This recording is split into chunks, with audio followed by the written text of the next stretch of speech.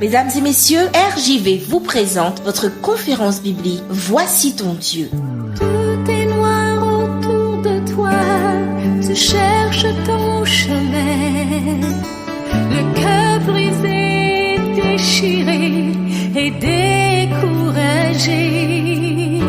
Je sais ce n'est pas facile, je comprends ce que tu vis.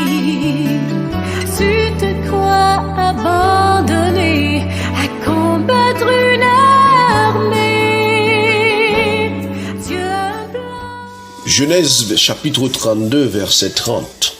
Jacob appela ce lieu du nom de Péniel, car dit-il, j'ai vu Dieu face à face, et mon âme a été sauvée. Un face à face avec Dieu, tel est le titre de ce sujet.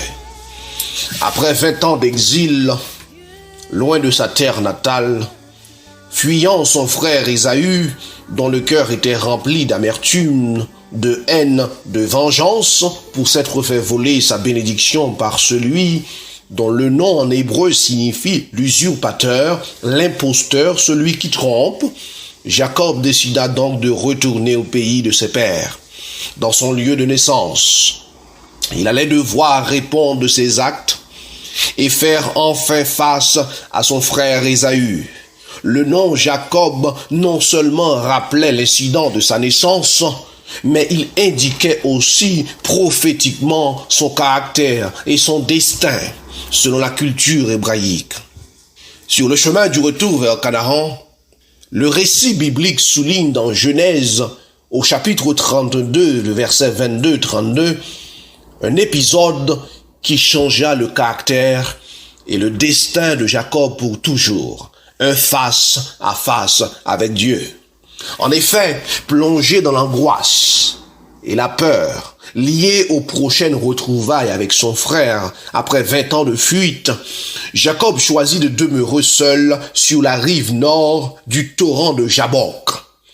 Ce qui paraît être un paradoxe frappant par rapport à tous ces sentiments d'angoisse et de peur.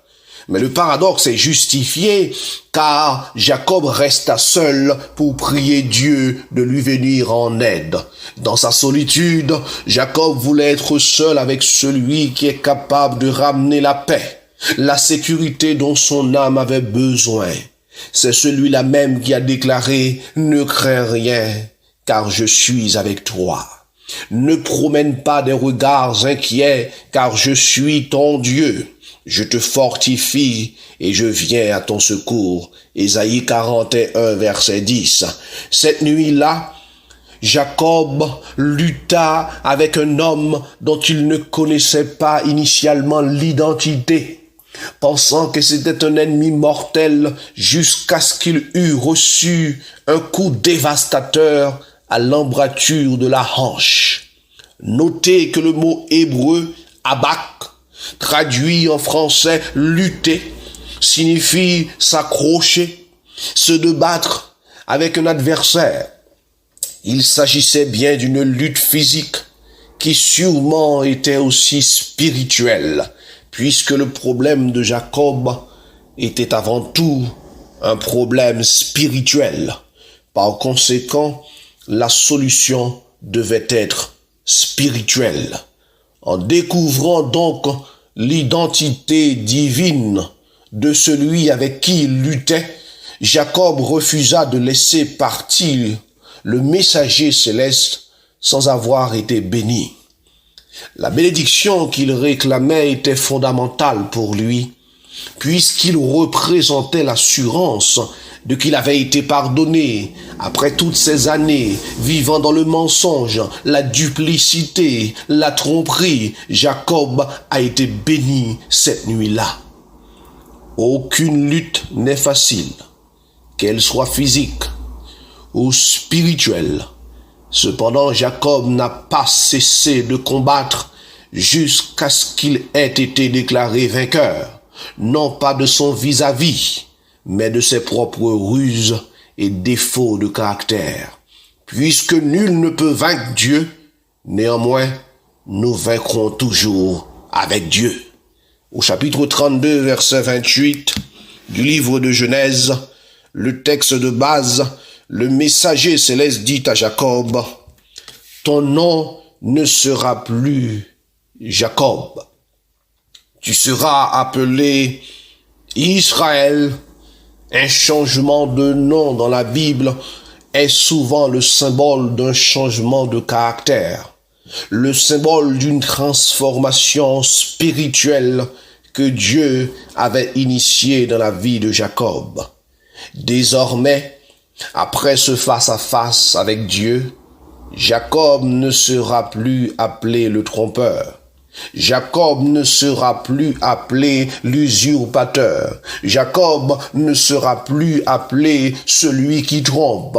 Désormais, après ce face-à-face avec Dieu, Jacob sera appelé Israël, celui qui lutte avec Dieu. Jacob avait alors expérimenté un renouveau spirituel. Il était devenu une nouvelle créature en Jésus-Christ. Et au verset 30 du chapitre 32, Jacob exclama sa joie et sa libération en ces mots, « J'ai vu Dieu face à face et mon âme a été sauvée. » Le salut est possible uniquement en Jésus-Christ. Seule une rencontre à travers la prière avec Dieu peut nous garantir le pardon de nos péchés. Vous qui m'écoutez, je voudrais en conclusion vous dire, qu'est-ce qui t'empêche aujourd'hui que les paroles de Jacob deviennent la tienne? C'est-à-dire voir Dieu face à face afin que ton âme soit sauvée. Combien de temps tu luttes avec la pornographie?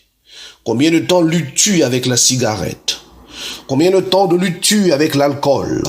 Combien de temps luttes-tu avec le mensonge, la duplicité? Aujourd'hui, Jésus souhaite, il désire te libérer.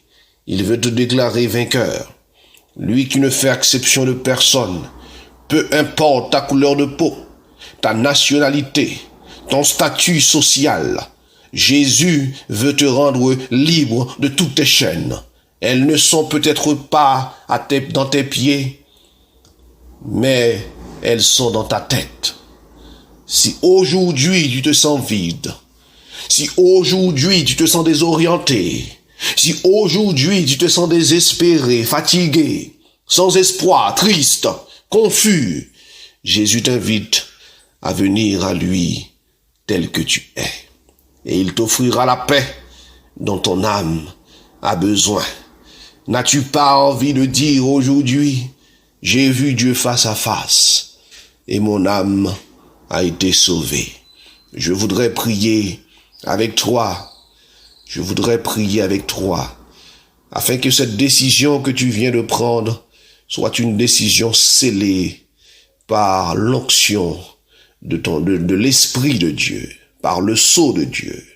Éternel Dieu trois fois saint, à l'instar de Jacob, il y a des hommes et des femmes qui luttent et qui veulent être vainqueurs, mais d'eux-mêmes, ils ne peuvent pas parce qu'ils se sentent faibles et limités. Mais au nom de Jésus-Christ, celui qui a donné la victoire à Jacob sur ses ruses, celui qui a donné la victoire à Jacob sur ses mauvaises habitudes, il peut aujourd'hui donner encore la victoire à des hommes et des femmes qui acceptent de combattre à ses côtés. Je te demande, Papa, de bénir ces hommes et ces femmes qui écoutent et qui souhaitent, Seigneur, venir et expérimenter une conversion, qui veulent expérimenter une transformation en étant, Seigneur, dans ta présence. Le plus grand besoin de l'être humain, c'est de faire une rencontre avec toi. Au nom de Jésus-Christ, guéris, pardonne, restaure et libère. Réclame-nous vainqueurs. En Jésus, nous t'avons prié pour ta gloire. Amen. Tout est noir autour de toi, tu cherches ton chemin. C'était votre conférence biblique, Voici ton Dieu. Si vous avez besoin d'un éclairage, si vous voulez connaître davantage, si vous avez une question, l'équipe Voici ton Dieu est à votre disposition. N'hésitez pas à nous contacter par WhatsApp ou SMS au 06 94 233 352 06 94 233 352 ou alors par mail à evangiledevie.bible@gmail.com evangiledevie.bible@gmail.com. Nous vous remercions de votre écoute et à bientôt sur RJV.